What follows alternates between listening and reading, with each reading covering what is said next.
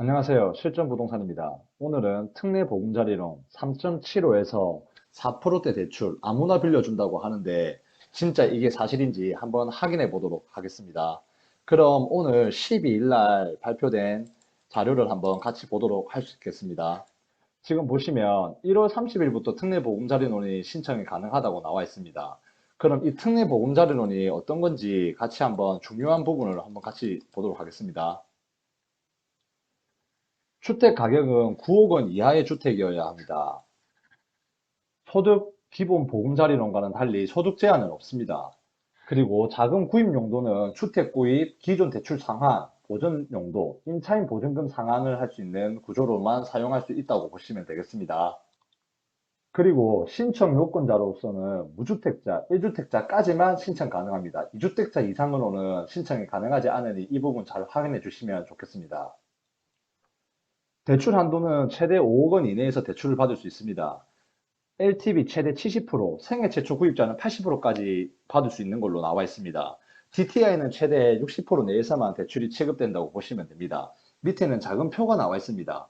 규제지역 실수요자 요건 해당입니다. 지금 서울의 일부 지역을 빼고는 전부 규제지역이 아니기 때문에 70%, 65%, 60%, 55%이 자격 요건을 자기가 해당되는지 잘 한번 확인해 보시면 되겠습니다. 그리고 대출 기본금리는 우대형이 있고요. 그리고 일반형이 있습니다. 우대형은 4.65에서 4.95, 일반형은 4.75에서 5.05입니다. 특례보금자리론 기본금리로는 빌리는 기간에 따라 금리가 조금씩 달라지고 있습니다. 기간이 길어지면 길어질수록 조금 금리가 올라가는 성향을 띠고 있습니다. 여기 이 표를 보시면 금리를 기간 내 금리가 어떻게 변동되는지 잘 나와 있습니다. 이거 한번 잘 확인해 주시면 좋을 것 같고요. 청년소득 우대 금리는 10ppt를 신청해서 차주 특성에 따라 최대 90pp까지 금리 우대를 가능합니다.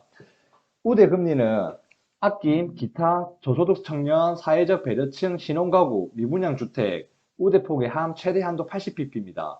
여기에 나와 있는 우대 금리를 잘 한번 확인하셔서 자기가 여기에 해당되는지 아닌지를 한번 확인해서 잘 신청하시면 매우 좋은 금리로 빌려볼 수 있을 것 같습니다. 그리고 또 좋은 내용이 하나 있습니다. 기존 주담대를 특례보금자리론으로 갈아타는 경우입니다. 기존 대출이 비싸신 분은 지금 이 특례보금자리론으로 갈아타시게 되면은 기존 주담대를 이용하시는 분들이 이율이 비싸서 특례보금자리론으로 갈아타시는 경우는 중도상환 수수료를 무료로 지원해주고 있습니다. 이 제도도 매우 좋은 것 같으니 한번 잘 확인해 보시면 좋을 것 같네요. 그럼 기존에 유지되고 있는 보금자리론과 적격대출과의 비교를 한번 보시면 좋을 것 같습니다. 보금자리론은 주택가격 6억 원, 이 특례 보금자리론은 9억 원까지 대출이 가능합니다. 대출 한도는 보금자리론은 3.6억 원, 적격대출은 5억 원, 특례 보금자리도 똑같은 5억 원입니다. 그리고 소득 한도는 7천만 원. 이게 제일 중요한 부분입니다. 소득 한도가 없습니다.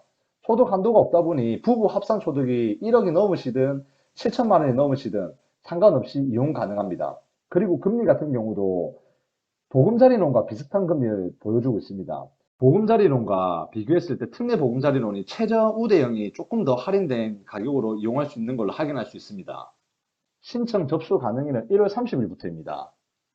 신청 기간을 잘 확인하셔서 이용하시는데 불편함이 없도록 잘 확인 부탁드립니다. 그리고 현재 디딤돌 대출을 이용하고 계시는 분은 디딤돌 대출로 한도가 부족한 부분은 특례 보금자리론으로 나머지를 더 충당해서 대출을 받을 수 있습니다. 현재 디딤돌 대출로 한도가 부족한 경우 디딤돌 대출로 먼저 받으시고 모자라는 금액은 특례 보금자리론으로 나머지 금액을 대출받을 수 있습니다. 주택가격 9억 원 이하 판단 기준은 시세가 있는 아파트는 KB시세, 한국부동산원 시세, 주택 공시가격, 감정평가액 순으로 적용된다고 보시면 되겠습니다. 그리고 오피스텔이나 생활형 숙박시설, 기숙사, 노인복지 등은 주택법상 주택이 아닌 준주택은 특례보금자리론 이용이 불가하다는 걸 한번 확인 부탁드리겠습니다.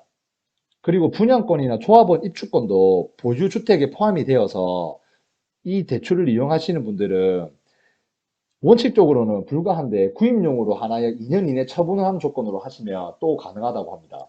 대출을 실행 이후 추가주택 취득은 금지되어 있습니다.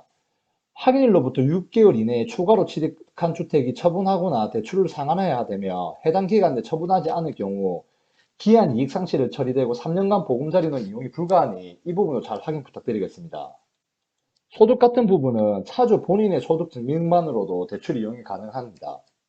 현재 폐업 또는 실직 휴직 중인 경우에도 건강보험료 또는 국민연금 납부 내역으로 확인하여 대출을 받을 수 있습니다. 그리고 당연히 개인회생 또는 신용회복 중인 경우에는 신청이 되지 않습니다. 그리고 세대주 배우자가 받은 기존 대출도 특례보금자리론으로 상환이 가능합니다. 하지만 외국인은 특례보금자리 이용이 안 되니 이 부분 잘 확인 부탁드리겠습니다.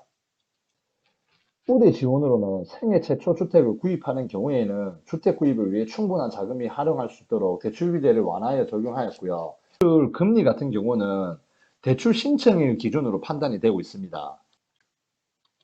대출 실행 이후 주택 가격이 6억 이하로 내려가면 우대금리 요건에 해당되더라도 우대금리는 적용되지 않습니다.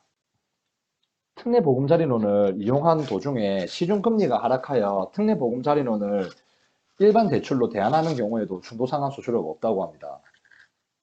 여기까지 특례보금자리론에 대해서 한번 알아보았습니다. 이렇게 지금 대출을 해준다고 하는 걸 보면 부동산에는 호재일 수도 있을 것 같습니다.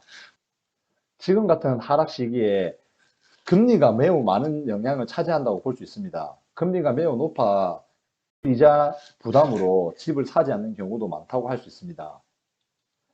현재는 대출을 받고 싶어도 DSR이라는 것 때문에 대출을 많이 못 받아서 집을 매매를 못하는 경우가 많았습니다.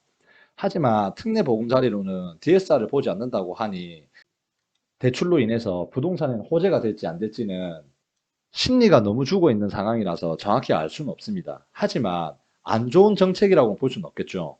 돈을 빌려준다고 하니 이번 기회에 비싼 금리보다는 싼 금리로 구매 생각이 있으신 분들은 한번 잘 생각해서 자기 자금과 자기 상황을 잘 고려해서 한번 이용해도 좋을 것 같네요.